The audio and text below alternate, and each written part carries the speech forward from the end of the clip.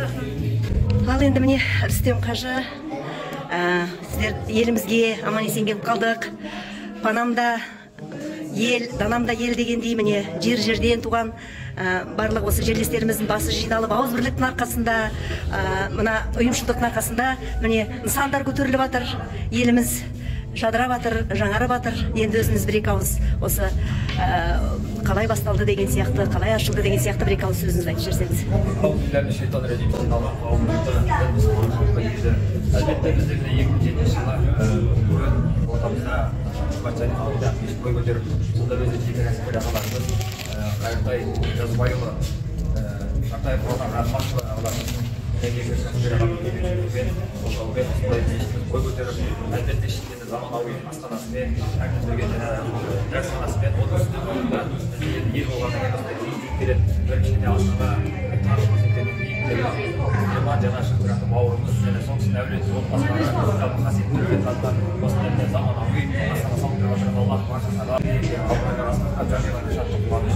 Енді Астанамыз енді ортасы ғасырда дейді ғой, иман, өзге береке деп сол сияқты 20 жыл 30 жыл өткендерге жаңағы бас беруге сондай да бір есте алып тұлғалар болады. Соған енді қолайлы заманауи Астана, соған асырасының тұсаукесері, соған мұрындық куәгер болмасыздар. Алла баршасын келгенде қадамдар сауаптан болсын, соған тегін басымға сізге рұқсат етеміз. Таңғы жоға сізге қарап береміз. Осы екінетін жұмат сәйінен той емес, байғалының тойы. Құдайға жағам десең, азанды бол, халыққа жағам десең, қазанды бол деген. Біздің қазанда әулет, елге жақсылығы шарапаты көптеген әулет. Сапырған яғын ұрпақтарының жасап берген, елге деген барлық ыстық ықыласы, Алланың берген шүкіршілік сол қазанды болған дәулетін елге татырып қалып қашан еңбеген қарт еңбектеген балаға дейін сол әулеттің қазанның дәмін татқан кездер көп болды. Қазір әрбір көшеде бала ойнайтын алаң, үлкендерге арналған мынандай дұғалық үй, бұл құлағымыз естісе көзіміз көрмеді. Міне бүгін таңда көзіміз көріп отыр. Алла тек біздің сол Ерлан бауырымызға ұзақ өмір бақытты тағдыр жазсын. Ауылымыз осы арада өздеріне арналған дұға үйінің, үлкендерге арналған дұға үйінің осы арада ата баба әруақтарына осы дұға уақытында бауырлар бізге құтты болсын. Аман болайық. Аллаға айтатын рахметіміз өте зор, айналайын өте зор. Рахмет. Дегендеріңіздің ұйымшылдыққа, бірлікке тәрбиеленгеннің арқасында ғой, міне осындай ауылымыздың ұйымшылдығы. Енді сіз де бір-екі лебізіңізді білдіріп жіберсеңіз.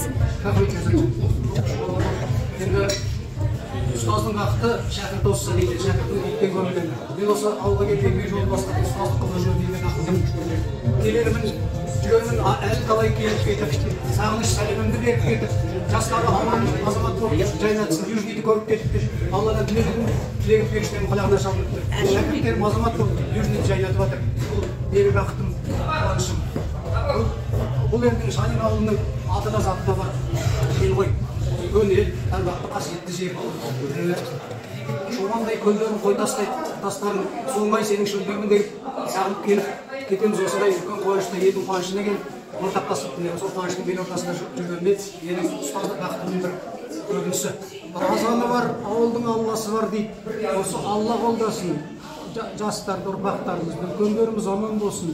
Бейбіт заман болсын, еліміз тыныш болсын, мәртебеміз жоғары болып, Қазақстанның әрбір ауылы осылай өркендей берсін. Қадірлі ұстаздар, сіздерді көргеніме өте қуаныштымын, қош көрдік. Қалдарыңыз қалай? Бүгінгі күн жөнінде айта отырсаңыздар. Шақырғандан кейін дәмдеп үкімет саласында болғаннан кейін көмек келдік, ауылды өскеніне әсіресе осы еніп жан-жаққа бытырап бәрі қалаға көрсетқандан халыққа енді жұртына риза әрмен қарай өссін, өсін, енді азамат болсын. Уақытыңыз болғай.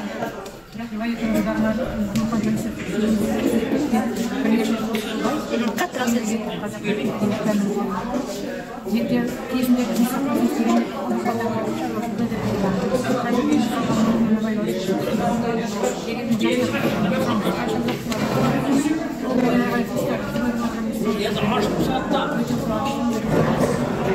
Eğer zaman boşunca olursa halkın zaman olsun verdim. Eski oyun olsun, asfala cemaman olsun.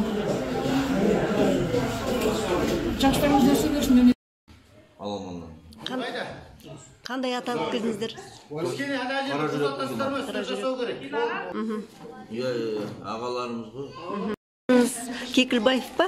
Или Ермекбайұлы да? Беліне берем. 360 қой. Жағымпаз көп қой. Жағымпаз. Екеуін өздері қосып көтере алмайтын адамдар бала көтереді. Батыс Қазақстан облысы да киелі жерлерге бай жер ғой. Көп қой бізде. Оны көбісін совет үкіметінде жауып тастады ғой, мына ел білмесін, өзінің тарихын білмесін, білсе қазақтар дүние жүзін жаулап алады деп екатерина айтқан ғой. Патшайым, Ресейдің императрицасы. Қазақтар өзінің тегін кім екенін білсе деген, бүкіл дүние жүзін жаулап алады деген. Себебі не? Біз Еділ патшаның ұрпағымыз, Еділ патша дүние жүзін жаулап алды ғой. Мумиюлік етіп тастамын ғой кісі. Иә, біздің Мәшекен. Шірбеген адам. 40 жыл бетінді жаппаңдар депті. 40 жылдан кейін бір керемет болады. Орыстар келгеннен кейін бетін жаппақты бұл. Сол кісілер енді не ғой? Сол кісілер қасиет қой. Мысалы, сол кісілер сондай адамдар ғой. Атамыз да сондай болған деген. Көз бұлағы бар, су ішетін бұлағы бар. Көз бұлақ шоқылардың көзіне ем болады деп барып атады. Немересінің түсіне көріп айын беріп олған. Шырағын ене бетін жап деген көзінде. Жауып тастап ешкім көрмейді. Ана немересі тірілей айтып кеткен адам сонда. Сонда неге ата дегенде кәпірлер келетін болды шырағым деп. Мені кәпірлер көрмесін деп. Мені музей қылып жібереді. Деген айтқан. Жауып тастаймын деп көрмесін. Соны жауып тастаған. Немересі сол жерде шырақшы болды. Сәулеғар деп атап ғой. Сол кісі не қалған не істеп, атадан атаға мұра жетеді ғой. Ауызшаққа жазушы. Сонда енді Сәулебай атамыз айтып ғой. Жеті сайын 4-ші күн ғой, бейсенбі дейді ол бізде. Бейсенбіде ғана мына тырнақпен мұқталады ғой. Немересін шақырып алған ғой. Шырағым, мен бүгін мен бастап жоқпын сенен. Шошып кетсің ғой. Бала немересі қасында жүрді. Мен мына неге мешітке жерлем, өз намаз оқиын, намазхананың басында. Жер асты мешіт соған, 5 мешіт соған адам жерден ой. Біздің мына Маңғыстауда Оғылан деген жерде Бекетажардың соңғы салған мешіті бар. Оған мініп түсу километр жарым төменсіз, километр жарым жоғары шығасыз. Біз бала кезімізде жар жағалап түсетін едік. Аталарымыздың, әкелеріміздің қолынан түспесек түсе алмайсың, ана құлайсың. Қазір Назарбаев келеді деп білесіз, сақ қойды ғой. Түсінігіміз солай. Елмен тұрмаған ғой. Сонда Кәкемай үшінде шырағым. Олар тақуа қойды. Тақуа елдің арасында отыра алмайды. Елдің бәрі бірдей таза болмайды. Себебі біреу боқтаса, біреу бұрсын. Оның бәрі ана кісілерге алып кетеді. Соның бәрін естімен деп олар біледі. Енді 63 жасында жер асты мешітіне кеткеннің соңы бекет қой. Басы маната. Мен деген медицина аударғанда еғарам екен. Мен ата деп, біз бұрмалаймыз ғой, тіліміз келмесе. Маған ата деп кетті. Мына адамата қабананың Алла тағала жоғарынан көктен жерге түсірген аяғын түскен жері. Сол біз мақсалда. Сол себептен бұл киім деп еді. Біз бәріміз манатадан тарадық қой. Адамата қабанадан дұрыс па? Адаматаның аяғын түскен жері. Мына Шымкентте Мукашата деген бар. Пайғамбарымыздың қолға қарап болған адам. Соның ең бірінші жері қандай жеріне азаптан жері. Мына қазақ жеріне келді. Бізде айтады, қалдығына бастар. Бірдің соңғы бекет, ердің соңғы бекет деді. Ердің соңғы жетпірдің біреу болған тұсы ғой. Ол қожақмет жесілдіға кеңесілер. Сол кісілер өз зобайда жер асты мешітін салып, елден бөліп өткен адамдар. Атақан жолға сонда да қоймайды. Павлодар қаласы Көкберенде Абдулмаликов Назарбай, молодежный аула. Ақбота, Егіндібұлақ аула, Көкберенде Тілеубек Сержан, Шөптікөл аула.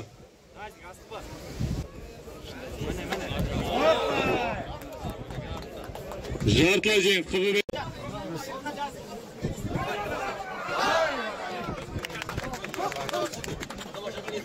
белдесу аяқталды. Бұл белдесуде Айдарғазин әділ жетті.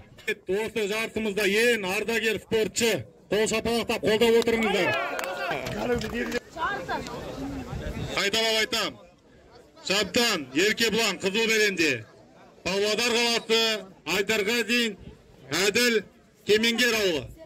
Қуаныштымыз мына жастардың ұйымшылдықпен бірлікпен осындай спорт зал, мешіттің асханасы, балалар ойлайтын ойын алаңдарын жасағандарына осының бәрінің арқасында бұл жерде жұмыс болмай сайыз ыдырағаннан кейін әр жаққа көңілі үшін ел жан жаққа көшіп кетті ғой. Сонда да елдің туған жерін ұмытпай, енді қазір интернет бар. Мынау Астанада жүрген командирлер бас болып қуаныштымыз балаларға енді мынау ойын алаңы болатын, өзінің спорт залы болатын, өзінің мешіттің мына үлкендер үшін асханасы болатын. Мына мешітті бізде бірнеше асхана ішінде енді қазір осы балаларды исламға, дінге дайындауға орын босады, иә? Босады, жақсы болды. Керемет. Ашақау өзі осы